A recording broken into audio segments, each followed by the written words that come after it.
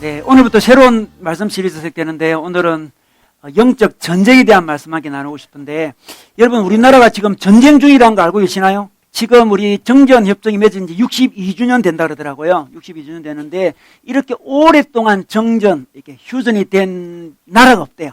우리나라가 처음이랍니다. 우리는 지금 평화협정이 맺어진 게 아니고 정전협정이 맺어졌습니다.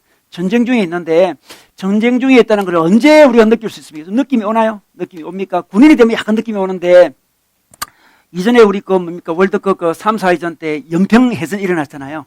일어났었는데, 그때 이제 거기 있던 군인 한 명이 제가 다니는 교회 자매 남자친구여가지고, 이 기부스를 하고 왔더라고요. 기부스를 해가지고 왔어요. 와가지고 저한테 그 자세히 이야기를 해서 아주 기억이 나요. 그때 어떤 일이 벌어졌다는 이야기를. 그래서 쫙 이야기하는데, 최근에 그것도 영화도 나왔더라고 보니까. 영화에 나와가지고 그 영화를 소개하는 사람이 그 친구들하고, 오랜만에 그 친구들하고 보니까 그 친구 지금 아주 어른이 됐더라고 보니까. 그 당시 군인이었는데 이게 어른이 됐, 이게 아직도 기억이 나요. 이게 부상을 당해가지고 와가지고 그 사실을 쭉 설명을 했는데, 그때 제 마음속에 참 우리나라 아직 전쟁 중이구나 그런 생각. 전쟁 중에 있습니다. 지금 휴전협정을 맺었지 평화협정을 맺은 것도 아니고, 물론 평화협정을 맺는다 할지라도 긴장이 있을 거예요. 분명히 휴전협정이 맺어 있습니다. 휴전협정에서 이 평화협정으로 옮기려고 하는데 많은 여러 가지 문제가 있죠. 문제에서 지금 옮기지 못했는데 전쟁 중에 있습니다. 전쟁 중에 있습니다. 여러분 혹시 그 사건을 기억하나요? 아주 오래된 사건인데, 어느 고등학교 교사가 지리 교사였는데, 그분이 노르웨이에 연수를 갔다가 그분이 여권을 잊어버렸어요. 그래가지고 택시 기사에게 이렇게 한국, 그러니까 그 사람이 이제 사우스 코리아를 해야 되는데 그냥 코리아를 했는 모양이에요. 한국 대사관으로 좀 데려가 달라 했는데 그 운전기사 잘못해서 북한 대사관으로 데려갔어요. 너무 안타깝게도. 그래서 그 사람이 이제 북한으로 납치가 되게 됐는데, 북한에서는 자진 월북이다 이래가지고 발표하게 됐습니다. 그 사람이 전혀 북한에 갈 사람이 아니었고, 그 전날 밤에도 자기 부인에게 카드도 쓰고, 또 모든 자기 이렇게 물품들은 그다음에 호텔에 다 두고 그랬거든요. 그랬고, 근데 전혀 북한에 갈 사람이 아닌데 이제 그렇게 된 걸로 이제 알려져 있어요.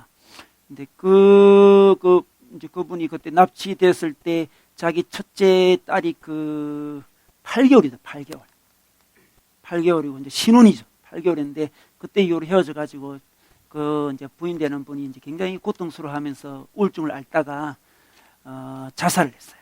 했는데 참 이게 분단의 비극 같은 거 아니겠습니까? 이게 분단이, 여러분 우리는 전쟁 중에 있어요. 그게 만약에 일본 대사관이나 중국 대사관에 들어갔다면 아무 문제가 없는 거예요. 지금 북한 대사관에, 아니 노르웨이 사람이 사우스 코리아, 노스 코리아에 있는지 어떻게 알겠어요? 그냥 데려간 거죠. 데려갔습니다. 우리에게 이렇게 전쟁이 지금도 있습니다. 우리가 의식하든 의식하지 못하든 전쟁이 있고요. 좀 더 이런 일이 일어날 때마다 우리는 더 의식을 하게 되죠. 우리가 전쟁 중에 있구나 생각하게 됩니다. 그런데 우리가 전쟁 중에 있는데, 우리나라가 이것보다 더 큰 전쟁이 있어요. 여러분, 이 전쟁은 매일매일 일어나는 전쟁이고, 이 전쟁은 휴전도 없고 무슨 정전도 없어요. 평화는 아예 없습니다.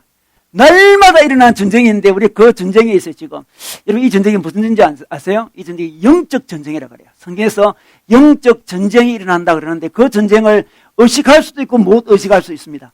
여러분, 이 전쟁이 의식이 안 된다면 지금 여러분은 패하고 있는 거예요. 전쟁을 의식하지 못하면 그 패하고 있다는 증거예요. 전쟁이. 이 전쟁에서 승리를 하면 우리 하나님 나라의 풍성함을 맛볼 것이고, 전쟁에서 패배를 하게 되면 하나님을 믿기는 믿는데, 명목적인 기독교인이죠. 믿기는 믿는데 풍성함이 없어요. 기쁨도 없고 즐거움도 없고 감사도 없고 여유도 없고 의미도 없고, 그런 삶을 사는 이유가 뭐냐 그러면 전쟁에서 졌기 때문에 그래요. 그래서 전쟁이 있다는 거 아는 것도 참 기뻐요. 내가 왜 이리 사는지 이유를 몰랐는데, 전쟁에서 졌기 때문에 그렇구나. 그럼 어떻게 되는 거야? 전쟁에 이기면 되잖아요. 이제. 그죠? 이게 이유 없이 고통당하는 사람이 제일 괴롭잖아요. 내가 왜 이리 우울한지, 내 삶이 왜 이리 의미가 없고, 내 삶에 기쁨이 왜 없는지, 내 삶에 풍성함이 없는지 이유를 몰랐는데, 딱 성경에 보니까 전쟁이 져서 그랬대요. 전쟁이 일어남에도 불구하고 전쟁이 일어나는지를 모르고 있기 때문에 그렇다는 거죠. 그래서 제가 오늘부터 영적 전쟁에 대한 말씀을 함께 나누고 싶습니다. 영적 전쟁에 대한 이야기를 구약성경에 쭉 이렇게 많은 부분에서 이야기하고 있는데, 사사기가 아주 리얼하게 영적 전쟁 이야기를 해주고 있습니다. 영적 전쟁이 막 일어나고 있는데 여러분 성경 사사기가 있어요. 사사기 보면 사사라는 단어가 있는데 그 단어의 뜻은 재판관 이런 뜻이에요. 재판관. 근데 가만히 사사기를 읽어보면 재판을 그렇게 많이 하진 않아요. 그리고 재판은 별로 없어요. 여자 드보라 사사만 재판을 좀 했지 다른 사사는 거의 재판을 안 해요.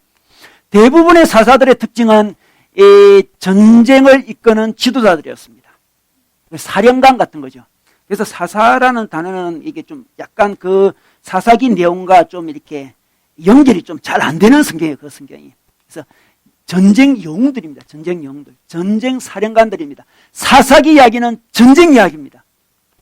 영적 전쟁 이야기인데 이 전쟁 이야기를 통해서 어떻게 하면 그 전쟁을 승리할 수 있을지 원리를 끄집어낼 수 있어요. 그래서 오늘부터 전쟁에 승리하기 위해서 하늘나라의 그 복음의 풍성함을 맛보기 위해서 전쟁 승리 방법을 배우는 시간 가지도록 하겠습니다. 네, 오늘 말씀 좀 긴데요. 우리 두 사람이 나누어서 우리 읽어주도록 하겠습니다. 여호수아가 죽은 뒤에 이스라엘 자손이 주님께 여쭈었다. 우리 가운데 어느 지파가 먼저 올라가서 가나안 사람과 싸워야 합니까? 주님께서 대답하셨다. 유다 지파가 먼저 올라가거라. 내가 그 땅을 유다 지파의 손에 넘겨주었다. 그때 유다 지파 사람들이 자기들의 동기인 시므온 지파 사람들에게 제안하였다. 우리와 함께 우리 몫으로 정해진 땅으로 올라가서 가나안 사람을 치자. 그러면 우리도 너희 몫으로 정해진 땅으로 함께 싸우러 올라가겠다. 그리하여 시므온 지파가 유다 지파와 함께 진군하였다. 유다 지파가 싸우러 올라갔을 때에 주님께서 가나안 사람과 브리스 사람을 그들의 손에 넘겨주셨으므로 그들은 베색에서 10,000명이나 무찔렀다. 그곳 베색에서 그들은 아도니 베색을 만나서 그와 싸워 가나안 사람과 브리스 사람을 무찔렀다. 그들은 도망치는 아도니 베색을 뒤쫓아서 사로잡아 그의 엄지손가락과 엄지발가락을 잘라버렸다. 그러자 아도니 베색은 내가 70명이나 되는 왕들의 엄지손가락과 엄지발가락을 잘라내고 나의 식탁 밑에서 부스러기를 주워서 먹게 하였더니 하나님이 내가 한 그대로 나에게 갚으시는구나 하고 탄식하였다. 그는 예루살렘으로 끌려가서 거기에서 죽었다. 유다 자손이 예루살렘을 치고 점령하여 그곳 주민을 칼로 죽이고 그 성을 불태웠다. 그 다음에 유다 자손은 산간 지방과 네겝 지방과 낮은 지대로 내려가서 거기 사는 가나안 사람과 싸웠다. 또 유다 자손은 헤브론에 사는 가나안 사람을 쳤다. 헤브론은 전에 기럇 아르바라고 불리던 곳이다. 거기에서 그들은 세세와 아히만과 달메를 무찔렀다. 거기에서 그들은 드빌 주민을 치러 갔다. 드빌은 일찍이 기럇세벨이라고 불리던 곳이었다. 그때 갈렙이 기럇세벨을 쳐서 점령하는 사람은 그의 딸 악사와 결혼시키겠다고 말하였다. 갈렙의 아우 그나스의 아들인 온니엘이 그곳을 점령하였으므로 갈렙은 그를 자기의 딸 악사와 결혼시켰다. 유다 지파 사람들이 그들의 동기인 시므온 지파 사람들과 함께 스바데 사는 가나안 족속에게 쳐들어가서 그들을 무찌르고 그것을 전멸시켰다. 그래서 그 성읍의 이름을 호르마라고 부른다. 또 유다 지파 사람들은 가사와 그 지역 일대와 아스글론과 그 지역 일대와 에그론과 그 지역 일대를 점령하였다. 주님께서 유다 지파 사람들과 함께 계셨으므로 그들은 산간 지방을 차지할 수 있었다. 그러나 낮은 지대에 살고 있는 거민들은 철병거로 방비하고 있었기 때문에 쫓아내지 못하였다. 그들은 모세가 명령한 대로 헤브론을 갈렙에게 주었다. 갈렙은 거기서 아낙의 세 아들을 쫓아냈다. 그러나 베냐민 자손이 예루살렘에 사는 여보스 사람을 쫓아내지 못하였으므로 여보스 사람이 오늘날까지 예루살렘에서 베냐민 자손과 함께 살고 있다. 요셉의 집안 역시 베델을 치러 올라갔다. 주님께서 그들과 함께 계셨다. 요셉 가문이 베델을 정찰하였는데 그 성읍 이름이 전에는 루스였다. 정찰병들이 그 성읍에서 나오는 한 사람을 붙들고 말하였다. 성읍으로 들어가는 길이 어디인지 알려주십시오. 은혜는 잊지 않겠습니다. 그 사람이 정찰병들에게 성읍으로 들어가는 길을 일러주니 그들은 그리로 가서 그 성읍을 칼로 무찔렀다. 그러나 그 남자와 그의 가족은 모두 살려보냈다. 그 사람이 햇사람들의 땅으로 가서 한 성읍을 세우고 그 이름을 루스라 하였는데 오늘날까지도 그 이름으로 불린다. 므낫세 지파가 벳산과 그 주변 마을들과 다아낙과 그 주변 마을들과 돌과 그 주변 마을들과 이블로암과 그 주변 마을들과 무기또와 그 주변 마을들에 사는 주민을 몰아내지 못하였으므로 가나안 사람들은 그 땅에서 살기로 마음을 굳혔다. 그런데 이스라엘 백성은 강성해진 다음에도 가나안 사람을 모조리 몰아내지 않고 그들을 부역군으로 삼았다. 에브라임 지파가 게셀에 사는 가나안 사람을 몰아내지 못하였으므로 가나안 사람이 아직도 게셀에서 그들 가운데 섞여 살고 있다. 스불론 지파가 기드론의 주민과 나할롤의 주민을 몰아내지 못하였으므로 가나안 사람들이 그들 가운데 살면서 부역군이 되었다. 아셀 지파는 악고의 주민과 시돈의 주민과 알랍과 악십과 헬바와 아벡과 루옵의 주민을 몰아내지 못하였다. 아셀 지파가 그 땅의 주민인 가나안 사람과 섞여 산 까닭은 그들을 쫓아내지 못하였기 때문이다. 납달리 지파는 벳세메스 주민과 벳아낫 주민을 몰아내지 못하고 그 땅의 주민인 가나안 사람과 섞여 살면서 벳세메스와 벳아낫 주민을 부역군으로 삼았다. 아모리 사람은 단 지파 자손을 힘으로 산간 지방에 몰아넣어 낮은 지대로 내려오지 못하게 하였다. 그리고 아모리 사람은 헤레스 산과 아얄론과 사알빔에 살기로 마음을 굳혔으나 요셉 가문이 강성하여지니 그들은 요셉 가문의 부역군이 되었다. 아멘. 네. 우리 최근에 우리 국제시장 보면 놀러 온 게 아니다. 아까 유명 말을 했는데, 여러분 우리는 여기에 놀러 온 게 아니에요. 전쟁하러 왔습니다. 그걸 잘 알아야만 풍성한 사람 살 수 있는데, 오늘 말씀으로 다 전쟁 이야기잖아요. 싸우는 이야기를 많이 하고 있습니다. 근데 가만히 생각해 보면 우리 사사기 전에 여호수아서가 있는데, 여호수아에서 싸움이 다 끝난 것 같았습니다. 그죠? 여호수아를 중심으로 가나안 땅을 다 정복하고 12지파에게 다 나눠줘서 끝난 줄 알았는데, 사사기 시작하자마자 또 싸움이 시작되고 있습니다. 그것은 이미 가나안 땅을 얻었지만 잔당들이 많이 남아있어요. 잔당들. 이미 우리는 구원을 받았습니다만 잔당들이 많아. 그놈의 잔당들이 우리를 괴롭혀서 우리가 이 땅에서 하나님 나라를 누리지 못하게 하는 거죠. 잔당들이 많이 남아있습니다. 그 잔당들과 싸워야 됩니다. 싸워서 이기면 하나님 나라를 누리는 거고요. 지면 당하게 되어서 하나님 나라를 가지고 있음에도 불구하고 누리지 못하는 사람이 돼요. 그래서 하나님 나라는, 성경에서 이야기하는 하나님 나라는 죽은 다음에 가는 하나님 나라도 있지만 이 땅이 하나님 나라를 이야기하는 거고, 이 가나안 땅은 이 땅이 하나님 나라를 이야기합니다. 가나안 땅은 전쟁이 없으면 죽은 다음에 가는 하나님 나라 되겠지만, 가나안 땅이 전쟁이 많잖아요. 지금 이 땅도 마찬가지. 이 땅도 우리 하나님 나라 백성이 되는데 전쟁이 계속 전개되고 있습니다. 이 전쟁이 일어나는데 그 전쟁에서 이제 승리하는 법을 오늘 하나님께서 말씀해 주시는데, 지금 온통 전쟁 이야기를 하고 있습니다. 우리 1절에 볼까요? 1절에 보니까 여호수아가 죽은 뒤에 이스라엘 자손이 주님께 여쭈었습니다. 우리 가운데 어느 지파가 먼저 올라서 가나안 사람과 싸워야 할까요? 싸워야 합니까? 누가 먼저 갈까요? 묻습니다. 싸워야 된다는 거죠. 누가 가면 좋을까요? 그러니까 주님이 2절에 대답했습니다. 유다 지파가 먼저 올라가거라. 그렇게 했습니다. 내가 그 땅을 유다 지파의 손에 넘겨주었다. 이렇게 이야기합니다. 유다 지파는 12지파 중에 넷째 아들이 넷째 아들. 넷째 아들인데도 사실은 영적인 지도력 있는 아들이었어요. 그래서 유다 지파에서 예수님이 나와요. 유다 지파가 가장 큰 지파고 인구도 제일 많은 지파고 땅도 제일 많이 받은 지파예요. 제일 영적인 지파고 영적 근위가 있는 지파였죠. 그래서 유다 지파 너가 가거라 이렇게 이야기했습니다. 그런데 우리가 궁금할 수 있습니다. 주님께서 대답을 하셨네. 이 시대도 대답을 합니까? 주님이 누가 먼저 갈까요? 대답을 합니까? 이 시대 대답 잘 안 하시잖아요. 거의 대답 안 하십니다. 그런데 구약 시대에 어떻게 대답했을까요? 구약 시대 이스라엘 백성은 하나님의 응답을 어떻게 받았을까요? 어떻게 받았을까요? 지금 학자들은 이렇게 이야기하고 있습니다. 그 대제사장이 옷을 입고 있는데 그 옷 이름이 에봇입니다. 에봇. 에봇 옷 앞에 흉패가 있는데 흉패 안에 주머니가 있어요. 주머니 안에 두 돌이 들어가 있습니다. 두 돌. 우림과 둘림이라는 둠림이라 발음인데 둠림이라는 두 돌이 있는데 까만 돌, 제가 하얀 돌 2개 있어요. 2개 있는데 그 2개를 갖고 이제 하는 게 물어요. 물으면 하얀 돌이 나오면 예스고요. 검정색 돌이 나오면 노예요. 그렇게 물어봤습니다. 어느 지파를 먼저 올릴까요? 베냐민 노, 시몬 노, 어다가 유다 예스 이렇게 됐다는 거죠. 그렇게 인도를 받았다고 알고 있습니다. 어쨌든 하나님이 대답했습니다. 유다 지파 먼저 네가 올라가라 그랬습니다. 그 유다 지파가 어떻게 합니까? 3절에 보니까 유다 지파 사람들이 자기들의 동기인 시몬 지파 사람들에게 제안합니다. 동기라는 것은 엄마가 같다는 겁니다. 레아, 야곱의 부인 중에 레아 있잖아요. 레아의 자녀들이 여러 명이 있는데 그 중에 이제 유다와 시몬이 레아의 자손이죠. 그래서 동기, 엄마도 같으니까 나랑 같이 가자 해서 싸우러 갔다는 겁니다. 싸우러 가서 4절에 보니까 주님께서 가나안 사람과 브리스 사람을 그들 손에 넘겨주셨으므로 그들은 베색에서 10,000명이나 무찔렀다. 그렇게 이야기하고 있습니다. 10,000명은 엄청난 큰 숫자입니다. 요즘도 10,000명 큰 숫자지만 그 당시 10,000명 굉장히 큰 숫자입니다. 무찔렀습니다. 5절에 보니까 이 베색의 그 왕이 있었는데 그 사람 이름이 아도니 베색이었습니다. 아도니 베색을 만나서 싸워서 이겼습니다. 6절에 보니까 사로잡았어요. 아도니 베섹을. 그리고 그의 엄지손가락과 엄지발가락을 잘라버렸다. 이렇게 이야기하고 있습니다.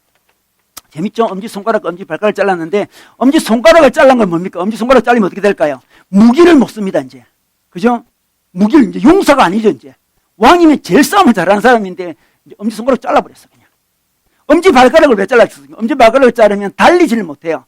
용서가 되지 못합니다. 달리지도 못하고 무기도 잡지 못해요. 이렇게 비참하게 만들어버려요.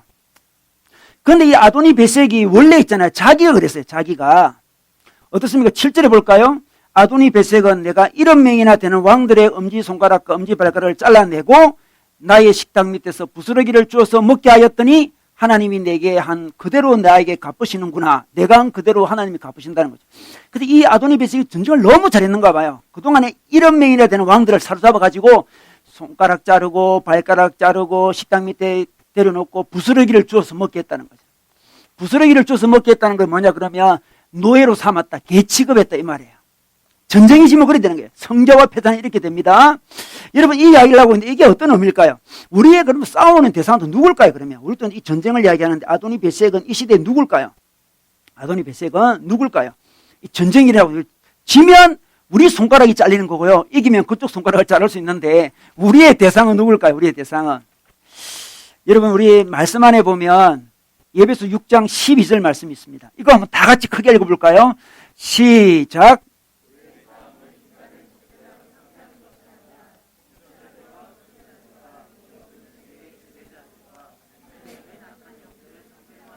네. 우리의 싸움은 우리 싸우고 있습니다. 지금 신약시대에. 인간과 싸우는 거 아닙니다, 여러분. 자기 배우자랑 싸우는 거 아닙니다. 악한 영들과 싸우는 거라 했습니다. 우리의 아도니 베섹은 누구다? 악한 영들입니다. 베드로전서 5장 8절에도 정신 차리고 깨어 있으십시오. 여러분의 원수 악마가 악한 영이죠. 악한 영. 악한 영이 우는 사자같이 상기자를 찾아 두루다닌다 했습니다. 우리는 지금 악한 영과 싸우고 있습니다. 우리의 대상은 아도니 베섹은 누구다? 악한 영입니다. 근데 악한 영과 싸워가지고 이제 싸웁니다. 이기면 어떻게 되고 지면 어떻게 될까요? 지면 어떻게 돼? 지면 이제 손가락과 발가락이 잘리게 되는데 이 시대 그 영적인 의미는 뭘까요? 잘린다는 영적인 의미는 뭐겠습니까? 우리가 어떤 우리 인간이라는 존재는 지정의를 갖고 있잖아요. 그죠? 우리 이 전인적인 존재잖아요. 우리가 지정의를 갖고 있는데 지정의에 문제가 생겨요. 지면 마비가 일어나는 마비. 지정의에 마비가 일어납니다. 지적인 마비는 뭘까요? 악한 영이 있는지도 모르고 살다가 당하면 자기가 지금 당하고 있는지를 어떻게 확인하냐 그러면 자기가 마비가 되고 있는지를 보면 됩니다. 지적인 마비는 뭘까요? 지적인 마비는 원치 않는 생각이 자기를 장악하고 있어요. 그게 마비입니다. 마비. 생각은 자기가 해야 되잖아요. 근데 이런 생각 하고 싶은데 어느 순간 어떤 생각이 자기한테 들어와 자기를 사로잡고 있습니다. 어떤 생각이 자기를 꽉 눌리고 있어요. 자기를 그 생각이 끌고 다니고 있는 것 같습니다. 우리 하나님의 영이 오면 자기 생각을 자기가 조절을 할 수 있는데 하나님의 영이 아니고 악한 영이 자기를 공격하게 되면 당하게 되면 자기도 원치 않는 생각을 많이 하게 돼요. 이 생각으로 떨쳐버리고 싶은데 계속 그 생각이 와요. 마비였어요. 마비. 생각이 통제가 안 되고 생각이 그냥 굳어 있어요. 굳어. 그게 바로 손가락이 잘린 거예요. 자기가 요즘 영적으로 이기고 있는 전지 파악하고 싶으면 자기 생각을 봐요. 생각. 이 머리형 사람들이 특히 이런 게 심해요. 어쩔 수 없는 생각이 막 가득 차 있어요, 지금. 감정이 마비가 올 수 있어요, 감정이. 우리 감정에는 기쁨과 슬픔과 분노와 애정이 막 일어나잖아요, 그죠? 그것도 자기가 좀 조절할 수 있어야 됩니다. 건강한 사람은 자기 감정을 조절 안 해요. 울 때는 울고 웃을 때는 웃어야 되죠. 조절이 됩니다. 건강하지 못한 사람은 웃어야 될 때 웃음이 잘 안 나와요. 울 때도 울음이 잘 나오지도 않을 뿐더러 감정의 마비가 일어납니다. 원치 않는 감정이 막 다가와요. 이 감정 떨치고 싶은데 막 감정이 막 몰려옵니다. 막 분노가 물려와요. 분노하기 싫은데 분노가 꽉 자기를 잡고 있습니다. 용서하지 말아라. 그런 감정 섞인 이야기가 자기를 꽉 잡고 있어요. 마비 상태죠. 누구에게 잘해주고 싶은데 잘 안 돼, 이게. 잘 안 됩니다. 이 감정의 마비라는 거죠. 감정의 마비. 손가락, 발가락이 잘린 거예요. 우리 하나님을 믿으면 자유인이 되잖아요. 그죠? 풍성한 삶을 산다 그러잖아요. 우리 풍성한 삶이 뭘까요? 그냥 외적으로 막 돈 많은 삶 그 정도일까요? 우리 인간은 지정의를 갖춘 존재인데 지정의가 건강해야 되는 거죠. 지적으로 자기가 바른 생각을 할 수 있어야 되고요. 정적으로도 감정이 건강해야 돼요. 마비 현상이 일어나면 안 돼요. 원치 않는 생각, 원치 않는 감정에 사로잡혔다면 지금 당하고 있는 거예요. 지금. 의지가 마비되죠. 의지가 마비가 된 게 뭘까요? 결정을 잘 못해요. 이런 사람이 의지가 마비된 사람이요. 이거 할까 저거 할까 이거 할까 결정을 잘 못해요. 결정해놓고 추진도 잘 못해요. 의지가 마비됐죠. 결심하고 계획은 하지만 늘 허지부지 됩니다. 자기가 결정을 잘 못해요. 의지가 마비되기 때문에. 그래서 남들의 이야기를 많이 듣고 남들에게 따라가려고 해요. 자꾸만. 자기 인생을 남이 결정하게 해달라고 해요. 남이 결정. 요즘 우리 젊은 친구들 중에 그 엄마한테 물어보는 사람이 굉장히 많다며. 우리 그때 금요일 우리 가정교회 모임에서 우리 어느 형제가 이야기하더라고요. 그래서 요즘 친구들이 나이가 많이 들었음에도 불구하고 직장에서 어떤 문제가 생기면 엄마한테 물어볼게요. 이렇게 이야기한대요. 엄마가 직접 상담에 연락 온대요. 엄마가 삼성에 연락 온대요. 우리 왜 일 많이 시켜요? 이렇게 연락 온대요. 엄마가. 그래가지고 너무 당황스럽죠. 그 의지가 마비돼서 그런 거예요. 의지가 마비된 거예요. 이런 나쁜 습관을 고치겠다고 울고불고 회개하고 기도하고 그랬지만 여전히 극복이 안 돼요. 마비가 됐습니다. 마비가 된 거예요. 어떤 자매가 있었는데 직장 상사가 굉장히 미웠대요. 굉장히 분노의 마음이 막 일어나는데, 근데 가만히 자기도 신앙도 있고 하니까 계속 미워하겠어요? 그럴 수는 없잖아요. 그러니까 또 미워하고 싶은 마음도 이제 없대요. 근데 그 미움이 올라온대요. 그냥. 그래서 그 미움을 누가 줬을까요? 하나님이 줬을까요? 또 자기도 그 미움을 별로 원치 않는데, 자기도 미워하기 싫대. 자기도 원치 않고, 하나님도 원치 않는 미움은 악한 영의 공격이죠. 원치 않는 미움이 막 올라오는 거예요. 그것을 자기가 기도로 영적 전쟁인 줄 알고 승리를 해야 돼요. 그 자매가 기도로 영적 정리를 승리한 다음에 자기 마음속에 그 직장 상사에 대한 미움이 많이 사라졌대요. 전쟁입니다. 전쟁입니다. 근데 이 마비가 있는데, 이 지정이 마비가 있는데, 이 지정이 마비보다 더 심한 마비가 있는데, 그거는 영적인 마비예요. 우리 인간은 영혼이 있잖아요. 그죠? 영혼이 손발 잘리면 영혼이 마비가 돼요. 그래서 은혜를 잘 못 받아요. 예배 때 와도 은혜 못 받고, 지금 그런 사람 있나요? 지금 한 2사람이 그런 사람 같은데, 하여튼 못 받고, 영감이 없어, 영감이. 영적으로 감동이 안 와요. 감동이 안 옵니다. 영이 마비되기 때문에 그래요. 기도를 하는데 기도가 올라가지 않습니다. 내 입술에 기도가 연락되기를 원합니다. 그런 우리 노래 있잖아요. 연락이 된다는 느낌이 와야 돼요. 나의 입술의 모든 기도가 연락되기 원하네 노래를 하는데, 연락되는 게 뭔지가 느낌이 와야 돼요. 그 영적 감각이 살아있는 사람의 특징이에요. 내 기도가 지금 올라가고 있는지, 하나님과 내가 교제가 이루어진지를 느낌으로 와야 돼요. 영적 감각이 있어야 돼요. 감각이. 그런데 영적 전쟁에 지버리면 감각이 없어요. 찬양을 불러도 그냥 노래를 부르는 거예요. 그 사람은. 노래 부르는 사람이 찬양 인도를 하면 안 돼요. 그 사람은 노래를 부르는 거예요. 그냥. 노래를 부르다 영적인 느낌이 오잖아요. 저 사람은 노래를 부른다, 영감이 있다, 느낌이 우리 다 알아요. 이거는. 사람이 다 알고 있어요. 노래를 부르면 안 되죠. 감각이 죽었어요. 감각이. 마비 현상이에요. 마비 현상. 기도가 올라가는 걸 잘 알지 못해요. 영적 감감이 둔감해졌습니다. 우리가 음식을 먹을 때는 입으로 먹지 손으로 먹지 않죠. 손으로 들긴 들죠. 입으로 맛을 보지 않습니까? 우리가 예배 때 느끼는 것은 영혼이 느끼는 거예요. 영혼이. 우리 영혼이 살아있으면 말씀을 보든지 기도를 하든지 예배를 할 때 그 느낌이 있어요. 영혼이 살아있으면. 영혼이 살아있지 못한 사람의 특징은 예배를 머리로 자꾸만 느끼려고 그래요. 인간적인 어떤 감동으로 자꾸만 느끼려고 그래요. 그 예배를 드리는데 영혼이 살아있지 못하니까 인간적인 감동 위주의 이야기를 하잖아요. 그래서 긍정적 사고방식, 하면 된다. 그렇게 하잖아요.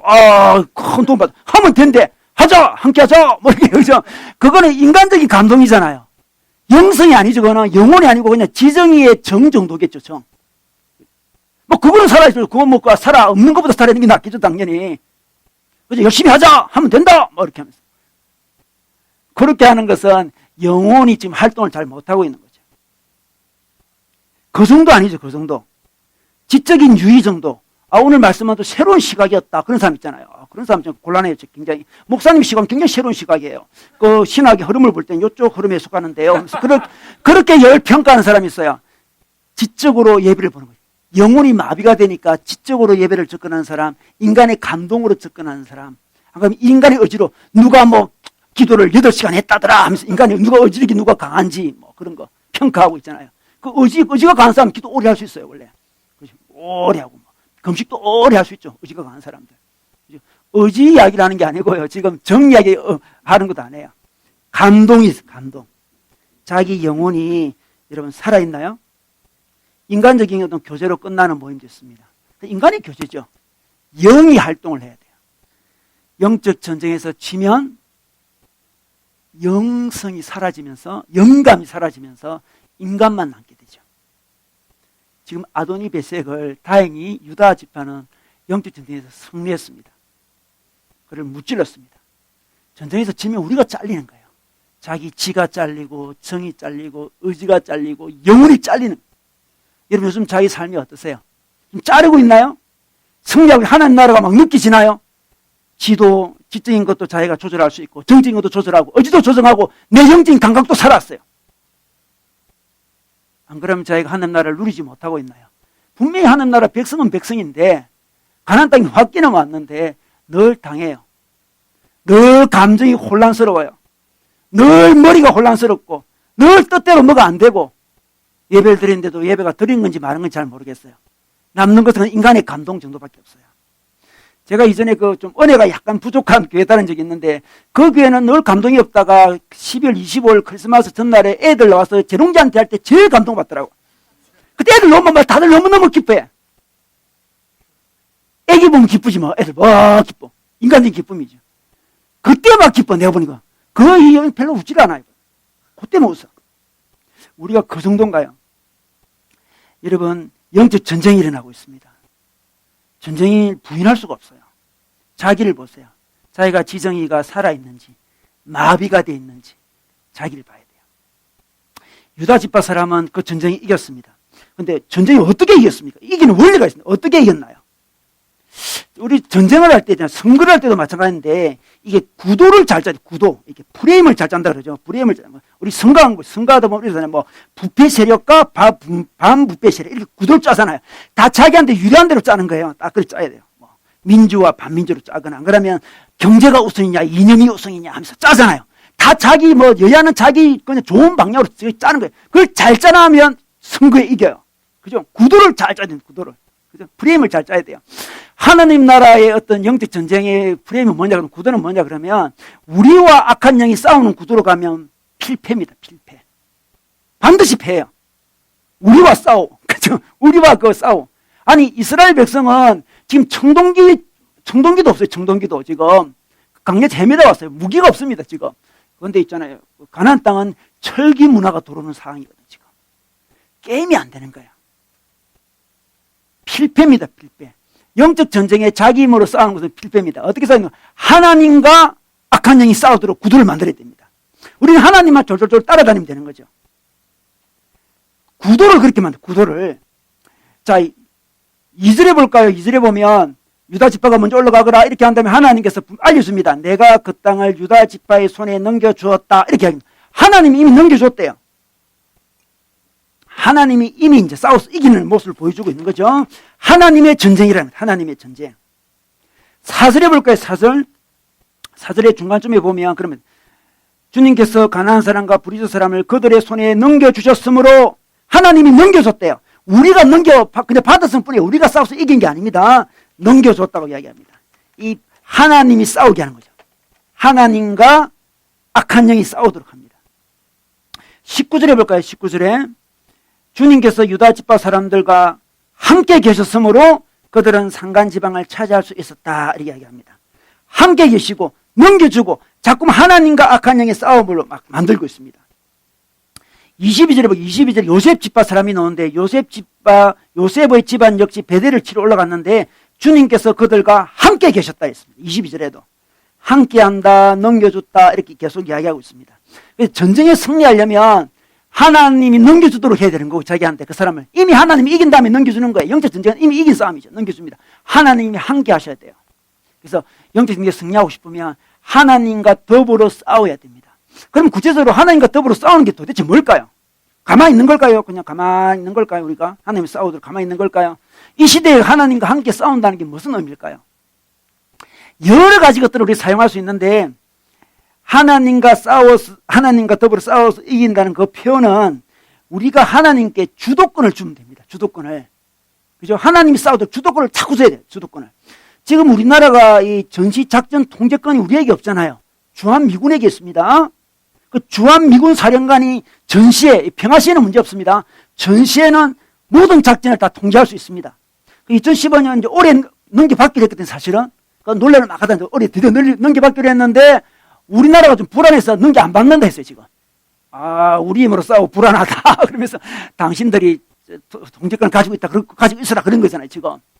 불안해, 지금. 여러분, 우리나라 그 정도인데, 영적 전쟁에서 우리가 작전, 이 통제권을 가지고 있으면 안 됩니다. 하나님께 넘겨줘야 됩니다. 하나님께 자꾸 넘겨줘야 돼요. 하나님이 싸우십시오. 하나님이 앞장서십시오. 넘겨줘야 됩니다. 그 넘겨주는 사인이 뭐냐 그러면 자기 삶의 감사와 찬양입니다. 이게 굉장히 중요한 겁니다. 감사하고 찬양하는 게 주도권을 넘겨주는 겁니다. 주권을 넘겨주는 거죠. 경배하고 찬양합니다. 하나님 내 삶에 어려움과 힘들이 많고 전쟁 중에 있지만 하나님 당신을 찬양합니다. 당신께 감사합니다. 내 삶을 볼 때 골치 아픈 것도 많이 있지만 이런 거 감사합니다. 감사를 할 때 하나님은 아, 이 친구가 내게 주도권을 넘기는구나 이렇게 생각해요. 그렇지 않겠습니까? 그 다음부터 하나님이 뭔가 힘을 쓰는 거죠. 어떤 부인이 있었습니다. 자기 남편이 바람을 피워요. 그래서 굉장히 괴로웠는데 그 어느 목사님이 알려줬습니다. 자매님 이렇게 괴로워할 일이 아니고 이 전쟁은 영적 전쟁이라서 주도권을 하나님께 넘기십시다. 이렇게 했습니다. 자매가 싸워서 이길 수가 없을 것만 같고 주도권을 남편이 아니죠. 하나님께 넘기십시다. 이렇게 했는데 어떻게 넘깁니까? 자매님 감사와 찬양을 하십시오. 그 자매님이 감사 찬양을 했대요. 아는 자기 속에 어떤 변화가 일어나겠죠. 감사 찬양하며 점점 주도권을 하나님께 넘겨주었습니다. 그런 가운데서도 감사 찬양하는 게 주도권을 넘기는 거예요. 가나안 땅은 원래 힘들고 어려운 땅이에요. 그 땅이. 감사 찬양을 하는데 어느 순간 자기 남편이 변해서 회개하면서 돌아왔다. 그런 이야기를 제가 그래서 읽었습니다. 물론 돌아온 남편 용서할지 말지는 다음에 또 생각해 봐야 되겠지만 어쨌든 남편의 변화는 하나님이 힘을 쓴 거죠. 많은 사람이 그런 상황이 되면 그 분노 때문에 자기가 싸워요. 자기가 잘 이길 수가 없습니다. 원망하고 불평하는 것은 자기 삶을 자기가 통제하겠다는 사인이죠. 내 삶은 이래야 되는데 이렇게 안 되니까 원망하고 불평해. 내 마음대로 내 뜻대로 이렇게 하고 싶은데 안 되니까 불평하고 원망하는 거예요. 근데 가만히 생각해보면 우리가 불평하고 원망할 게 없는 것은 모든 게 다 우리 것이 아니기 때문에 그렇습니다. 우리의 건강도 우리 겁니까? 우리의 생명도 우리 겁니까? 우리의 몸도 우리 겁니까? 우리의 재능도 우리 겁니까? 우리의 돈도 우리 것이 아니고 우리 가족도 우리 자녀도 우리 배우자도 다 주님 것이에요. 사실은 우리 빼앗겼다고 생각하는데 사실 빼앗긴 게 아니고 그냥 원래 우리 게 아니었어요. 어려운 일이 생기면 그 안에서 어려운 일이 다 생기는 거잖아요. 우리 거라 생각하니까 불평이 막 일어나잖아요. 원망하고 불평하고 주님 왜 이러십니까? 아, 주님 원래 줬다니까요. 원래. 그죠? 우리 애들한테 엄마 아빠가 맛있는 거 많이 주면 있잖아요. 받는 듯이 자기 건 줄 알고 막 조금이라도 건드리면 막 뭐라고 그러잖아요. 힘들어하고, 그죠? 새우깡 같은 거 안 주고 막 그러잖아요. 제가 많이 경험했는데 안 주고 막 그래요. 우리 하나님이 새우깡 다 주셨는데 새우깡 기억나요. 우리 한결이 제일 작은 거 하나 줘요. 제일 작은 거. 정말 우리 게 아니라는 걸 알아야 돼요. 우리 게 아니에요. 우리 게. 여러분 자기 거고 자기가 어떻게 해야 된다 생각하니까 불평 원망이 정말 많은 거예요. 내 게 아닌데 거저 하나님 내 생명도 거저 주셨잖아요. 그죠? 하늘 나라도 거저 주시고 나의 건강도 나의 재성도 나의 사람들도 다 하나님 거저 주신 거예요. 그 거저 주신 게 어떤 변화가 일어나요. 지금 변화가 일어나서 정말 힘든 변화가 일어날 수 있죠. 그때 하나님 이거 제 것이 아닙니다. 또 이 영적 전쟁이 일어나고 있는데 하나님 다 돌려드립니다. 찬양합니다. 감사합니다. 이렇게 할 때 하나님이 아, 이 친구가 자기 거 아닌 줄 알고 있구나. 인생은 내 손에 달린 걸 알고 있구나. 이렇게 하시면서 그때 움직이십니다. 원망과 불평하며 하나님을 묶는 거예요. 그죠? 지금은 주한미군이 작전 통제권을 갖고 있는데 주한미군에게 안 주겠다 그러면 군대가 움직일 수가 없어요. 주한미군에게 그냥 원래도 주버려야 돼요. 그래. 지금 아직 없으니까 지금 쳐들어왔다 해라. 이렇게 해야 돼요. 하나님께 드리는 게 감사와 찬양입니다. 삶 속에서 주님의 주권을 인정하고 싶으십니까? 감사와 찬양을 해보면 돼요. 이게 기계적인 이야기 아닙니다. 그냥 감사 찬양하면 이긴다더라 목사님이 감사 찬양 하자 이게 아니에요. 지금 감사 찬양하는 마음의 자세와 그 어떤 깊이가 다르겠죠. 감사해야 돼요. 여러분. 영적 전쟁에 승리하고 싶으십니까? 전쟁이 막 일어나요. 한날 풍성이 느낄 수도 있고 못 누릴 수 있는 전쟁이 막 일어나고 있는데 악한 영이 자기를 계속 공격하는데 막 사람과 싸워요. 악한 영과 싸워야 되는데 악한 영이 무서워하는 것은 감사와 찬양입니다. 악한 영이 다가오는데 감사해요. 이렇게 하면 깜짝 놀래 걔가 원망하면 잘됐다 같이 원망으로 싸우겠죠. 불평하면 또 막 신났어요. 막 기름을 껴넣는 거지 뭐. 마귀한테. 야, 더 싸워라. 한 불평, 원망하면 활 타요, 활. 근데 우리가 감사하고. 그래도 감사한데. 야, 너 문제 많잖아. 그러면, 원래 더 많았어. 이렇게. 힘이 슉 빠져. 마귀가. 그죠? 너 별로 없잖아. 아무것도 없었는데, 원래. 뭐, 이렇게 하면 힘이 쭉 빠져요. 그래, 내가 원래 많았는데, 언제 그놈 때문에 빠졌다. 이렇게 하는 순간부터 마귀는 활개를 치며 설치는 거죠. 영적 전쟁이죠. 감사를 해야 돼요. 또 이유를 잘 알지 못해도 찬양하는 것도 좋아요. 하나님 내 생이 잘 모르겠어요. 좀 어찌될지 모르겠고 잘 모르겠어요. 그런데 주님을 찬양합니다. 이렇게 해야 돼요. 잘 모르지만 난 주님을 신뢰하기 때문에 주님의 높으신 뜻을 내가 어떻게 다 헤아리겠습니까? 당신을 믿기 때문에 당신을 찬양합니다. 할 때 우리 마음이 바뀌어요. 우리 마음이 바뀌어서 성령이 자기를 지배하면서 성령님과 악한 영의 싸움이 됩니다. 자꾸만 싸움 잘하는 사람과 그쪽 상대방을 싸움시켜야 하지 자기가 나서지 마세요. 유다 백성은 그리고 오늘 요셉 지파 사람들은 하나님과 함께했습니다. 그래서 이겼어요. 근데 오늘 유다 지파와 이 요셉 지파만 이기고 나머지 지파는 다 져요. 나머지 지파는 다 지는 이야기입니다. 지는 이야기. 예를 들어 볼까요? 우리 27절에 므낫세 지파 있습니다. 므낫세 지파. 므낫세 지파 사람들은 27절에 보니까 몰아내지 못했다 했습니다. 못했어요. 29절에도 에브라임 지파 사람들도 몰아내지 못했다. 계속 반복됩니다. 30절 스불론 지파도 몰아내지 못했다. 그죠? 31절 아셀 지파도 몰아내지 못했다. 그죠? 33절 납달리 지파 사람들도 섞여 살았다. 몰아내지 못했다. 34절에는 단 지파가 등장하는데 단 지파는 몰아내지 못할 정도가 아니고요. 34절에 아모리 사람은 단 지파의 자손을 힘으로 상간 지방에 몰아넣었어요. 자기가 물려갔어요, 그냥. 그죠? 원래 밑에서 살아가서 단 지파가 아모리 지파 사람이 더 세가지고 이 가나안 족속 아모리 사람들이 단 지파 사람들을 산으로 들어가라 산으로 골짜기로 올려버렸어요. 낮은 지대로 내려오지도 못했습니다. 단 지파 사람들 더 당했습니다. 그래서 특징이 뭘까요? 이 요셉 지파와 유다 지파는 이겼고 나머지 지파는 다 지리멸멸해졌는데 그 지파에는 하나님이 함께 계신다는 말이 없어요. 하나님 함께 계신다는 말이 없잖아요. 하나님이 넘겨주시는 말도 없습니다. 자기 힘으로 싸우거든.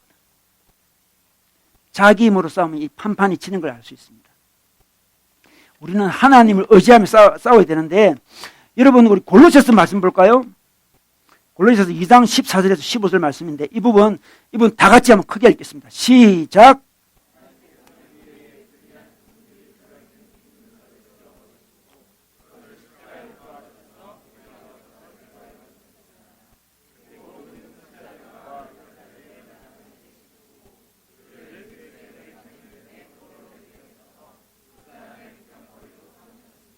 네, 14절 십자가에 못 박으셔서 우리 가운데 제거해버렸다고 하는데 예수 그리스도의 십자가가 15절에 모든 통치자들과 권력자의 무장을 해제시킨다고 이야기했습니다.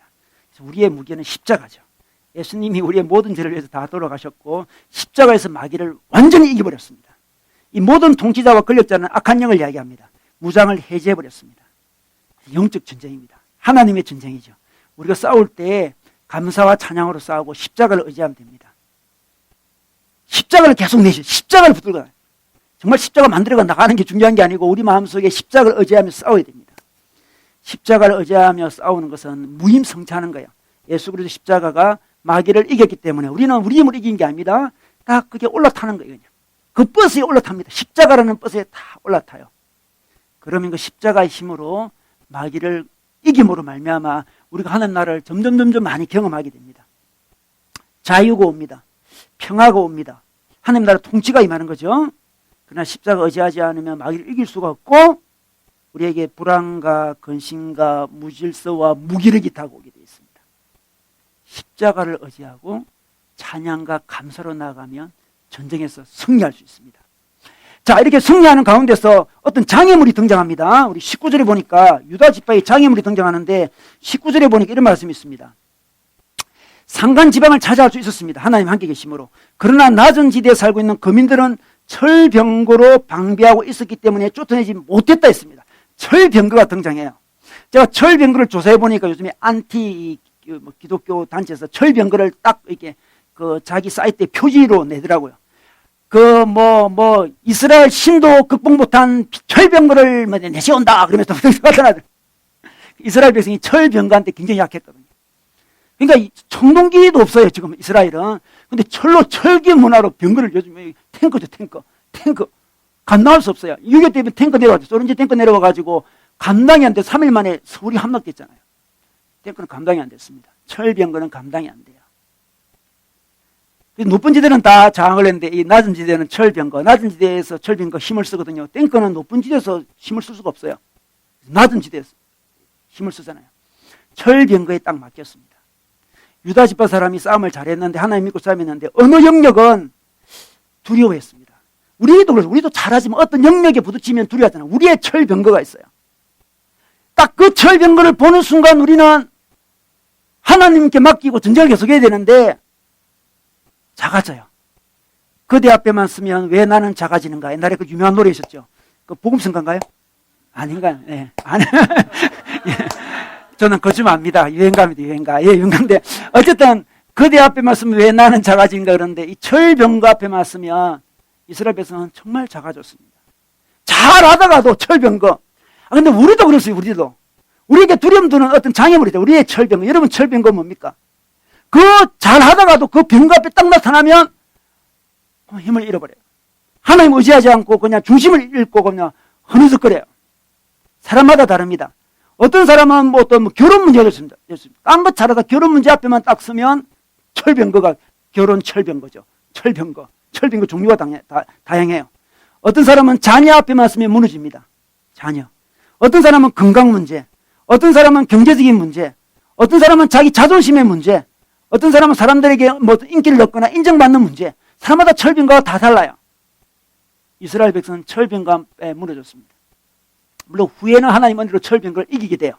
뒤에는 이기게 되는데 유다 지파는 철병거 앞에 무너졌습니다. 여러분 우리의 철병거는 뭡니까? 그 철병거 앞에 우리는 주눅드는데 영적 전쟁에 있어서 자기가 어느 부분이 약한지를 알아야 돼요. 나의 철병거가 뭔지를 알아야만 영적 전쟁에 승리할 수 있어요. 다 잘하다가 어느 그 부분만 부딪히면 무너져 내립니다. 하나님을 의지하지 않아요. 그 부분은. 그 부분만 의지하지 않습니다. 다 잘 의지하다가도 그 부분만 마주치면 그냥 하나님 잊어버려 그냥. 패닉 상태에 빠지는 거죠. 점령하지 못했습니다. 다 점령해야 되는데 남겨뒀습니다. 남겨두면 어떻게 되면 그 친구들이 가만히 있을까요? 때가 되면 재공격이 일어납니다. 여러분 6.25 전쟁 끝났을 때에 이 지리산에 빨치산들이 있었잖아요. 그죠? 잔당돼 있었는데 몇 년간 간 줄 아세요? 3년간 갔습니다. 그 빨치산들이. 계속 괴롭혀. 전쟁 끝났는데도 불구하고 계속 괴롭혀요. 우리가 남겨둔 철병거로 때문에 남겨둔 그 영역이 때가 되면 우리를 다시 공격할 수도 있어요. 또 두 번째 어떤 또 유혹이 있는데 그건 타협입니다. 타협. 타협하는 유혹이 있어요. 22절에 보면 이런 말씀이 있습니다. 요셉 지파가 하나님과 함께해서 이렇게 잘 물리쳤습니다. 그런데 그 23절에 보니까 베델을 정찰했는데 그 성 이름이 루스였는데 전에는 루스였는데 이걸 그냥 쳐들어갔어야 되는데 올라가야 되는데 누구의 도움을 좀 얻어요. 정찰병이 그 성읍에서 나오는 한 사람을 붙들고 말합니다. 성읍으로 들어가는 길이 어디인지 알려주십시오. 은혜를 잊지 않겠습니다. 이렇게 이야기해요. 그러니까 그 베델 성읍에서 나오는 사람 한 명을 잡아가지고 부탁을 해요. 그 사람이 이제 갚아서 뭡니까? 알려줍니다. 들어가는 문을 알려주는 거죠. 그래서 은혜를 잊지 않겠습니다 해서 다음에 다 무찌른 다음에 그 사람을 살려주는데 그 사람들이 나중에 또 올무가 되고 가시가 돼요. 이게 타협입니다. 타협. 자기가 싸우다가 이 부분은 그냥 적이지만 적과 손을 잡아야 되겠다 이렇게 하는 게 있잖아요. 그게 타협이죠. 타협. 그게 유혹입니다. 잘하다가도 좀 쉬운 길을 택하고 좀 더 있잖아요. 좀 협상을 좀 통해가지고 좀 힘을 안 들이고 싸우고 싶은 그런 마음 때문에 타협을 합니다. 이 타협은 계속 진행되고 있는데 여러분 28절 볼까요? 28절. 그런데 이스라엘 백성은 강성해진 다음에도 가나안 사람을 모조리 몰아내지 않고 그들을 부역권으로 삼았다. 이렇게 이야기하고 있습니다. 이것도 타협입니다. 타협. 그 사람들 부역권으로 삼으면 안 됩니다. 일꾼이 필요하지만 가나안 사람을 일꾼으로 삼으면 안 돼요. 그런데 이스라엘 백성이 그래도 다 이긴 게 싸움이니까 아이고 부역꾼으로 삼으면 좋겠 일꾼으로 그냥 하나님 저 교제는 안 할게요. 그냥 노예로 삼겠습니다. 종으로 삼겠습니다. 이렇게 넘어갔다는 거죠. 근데 이 부역꾼들이 나중에 세상을 뒤집어 엎습니다. 이게 유혹입니다. 우리 30절에 봐도 이런 말씀이 있어요. 3절 끝에도 보고 부역꾼이 되었다 이런 말이 있죠. 3절에도. 3절에도 보면 맨 마지막에 보면 베세메스와 베나데 주민을 부역군으로 부역군, 이 부역군입니다. 부역군이. 그죠? 35절 끝에도 보면 요셉 가문의 부역군이 되었다 그러는데 가나안 사람들을 자기 종으로 삼습니다. 이게 바로 실수였습니다. 실수. 타협하면 안 됩니다. 우리가 타협할 수가 있어요. 유혹에 넘어갑니다. 이 철벽 것처럼 무서워서 그럴 수도 있겠지만 자기는 이 정도는 괜찮겠지. 내가 하나님을 믿기는 믿지만 이 정도 제 정도야 하나님 괜찮겠지. 그 죄가 점점 커지는 거예요. 100% 다 순종해야 되는데 하나님 요거는 너무 아까워요. 이건 너무 아까워서 그냥 죽이는 것보다 그냥 집에서 종으로 뿌릴게요 했는데 종이 왕이 되는 거죠. 그죠? 종이 왕이 되는 거예요 나중에. 여러분 자기 마음에 그런 거 없습니까? 현재 전쟁 중에 있는데 지금 자기가 분명히 그 잘못된 것이고 하나님께서 없애라 했는데도 여전히 두고 있는 거 없습니까? 저거는 너무 아까워요 하나님. 저거 제가 가지고 놀게요. 죄를 가지고 노는 거죠. 좀 지나면 제가 자기를 가지고 놀아요. 그거를 놓아야 됩니다. 집착을 놓아야 돼요. 하나님께 100% 순종해야만 영적 전쟁에 승리할 수 있습니다. 손에 쥐고 있는 게 있어요. 여러분 원숭이가 원숭이를 잡는 이야기 여러분 아시죠? 원숭이 남미의 인디언들이 이제 원숭이를 잡을 때 이렇게 한다잖아요. 그죠? 바나나를 넣은 좁은 항아리를 두면 걔가 손을 집어 연다 그러잖아요. 바나나 먹으려고. 근데 손을 집어넣기 손을 뺄 수가 없어요. 그 항아리가 목이 좁기 때문에. 근데 자기를 잡으러 인디안들이 오더라도 그걸 집착을 해서 못 넣는데 바나나를 놓아야만 손을 뺄 수 있는데 바나나를 놓지를 못해요. 바나나 아까워가지고 잡혀 죽는데요. 우리의 모습인지 몰라요. 여러분 요즘에 바나나 그 잡으려고 꽉 쥐고 있는 거 있잖아요. 그거 놓지 않으면 승리할 수가 없어요. 여러분 원숭이가 바나나를 잡았습니까? 바나나가 원숭이를 잡았나요? 가만히 생각해 보십시오. 자기는 자기가 바나나를 잡았다 생각할지 모르지만 사실은 바나나가 원숭이를 잡은 거예요. 여러분이 잡고 있는 그거 있죠? 잘못된 거라면 여러분을 잡습니다. 여러분이 잡았다 생각할지 모르지만 영적인 세계에서 보면 영적인 시각에서 보면 걔한테 여러분이 잡힌 거예요. 하나님 외에는 그 어떤 것도 자기를 잡을 수 없습니다. 잡으면 안 돼요. 그 어떤 무엇도. 그 바나나 우리 바나나 이 바나나는 하나님 반드시 내가 있어야 돼요. 이 바나나 잡았는데 그 바나나가 자기 목숨을 앗아가는 일이 벌어지죠. 이게 바로 이스라엘 백성이 부역군으로 삼았기 때문에 그래요. 처음부터 완전히 다 몰아냈으면 가나안 땅은 하나님의 나라가 되어가지고 그 땅에서 하나님 나라의 모습을 정말 잘 보여주면서 주변에 있는 사람들에게 야 하나님 믿는 백성이 정말 다르다. 정말 좋은 나라다. 나도 저 나라 가고 싶다. 그런 마음이 들었을 건데 바나나를 놓지 못했어요. 부역군을 계속 삼았어요. 시간이 지나니까 부역군들이 힘이 세지죠. 그래서 나중에는 어떻게 됐습니까? 이스라엘 사람들이 부역군이 돼요. 이스라엘 사람 노예가 됩니다. 하나님 너무 불쌍해서 계속 사사를 보내주시는데 종이 됩니다. 종이 돼요. 여러분 요즘에 종처럼 살고 있나요? 주인처럼 살고 있습니까? 하늘나라 백성은 주인처럼 살 수 있는 존재예요. 언제? 다 놓을 때. 하나님 외에는 다 놓아야 돼요. 손을 펼쳐야 됩니다. 하나님 외에는 제가 아무것도 잡지 않겠습니다. 다 놓을 때 자유인이 되고 주인이 돼요. 인생의 주인이 됩니다. 하늘나라의 풍성함을 경험할 수 있습니다. 그러나 잡고 있는 게 있다면 하나님 저는 반드시 이것만은 꼭 해야 됩니다. 이것만 너무 아까워요. 이것만은 제 자존심만은 박차고요. 무너져 내리는 거죠. 이게 바로 영적 전쟁이 일어나는 이야기입니다. 지금도 영적 전쟁은 계속 일어나고 있습니다. 계속 일어나고 있어요. 전쟁이 없다고 생각하면 지는 거예요.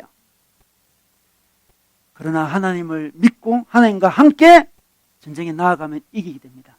지정의가 회복이 됩니다. 영혼이 회복이 돼요. 우리 땅이 넓어집니다. 그러나 영적 전쟁에 지면 마비가 일어납니다. 우리 하나님께서 우리에게 승리하기 원하셨습니다. 십자가를 주시고 승리하라 그랬었습니다. 내가 너와 함께한다 그러셨습니다. 십자가와 더불어 감사와 찬양으로 승리하시기 바랍니다. 이 땅에서 좀 주인답게 살면 좋겠습니다. 영적으로 좀 뚫리면 좋겠어요. 기도가 되고 연락이 되면 좋겠습니다. 때때로 우리 인생에 우리를 가로막는 장애물도 일어날 수 있어요. 두려운 거 있을 수 있습니다. 철병 거 있을 수 있습니다. 그냥 눈 딱 감고 하나님께 그냥 맡기고 돌진하십시오. 그냥 철병 거 있으면 어떻습니까? 부유권으로 살고 싶은 그런 마음들이 있습니다. 내려놓으면 진정한 자유가 임합니다. 내려놓지 못하면 노예가 되는 거죠. 여러분 영적 전쟁에 승리하시기 바랍니다. 한 주 오늘 말씀 딱 기억하고 영적인 승리해서 다음 주에 만날 때에 하나님 앞에 야 정말 승리하니까 이렇게 내 지정의가 회복됩시다. 내 영혼이 이렇게 회복됩시고 내 삶이 이렇게 풍성하였습니다. 목사님 이런 간증을 저에게 많이 나눠주시기를 주의 이름으로 축원합니다. 다 같이 기도하겠습니다.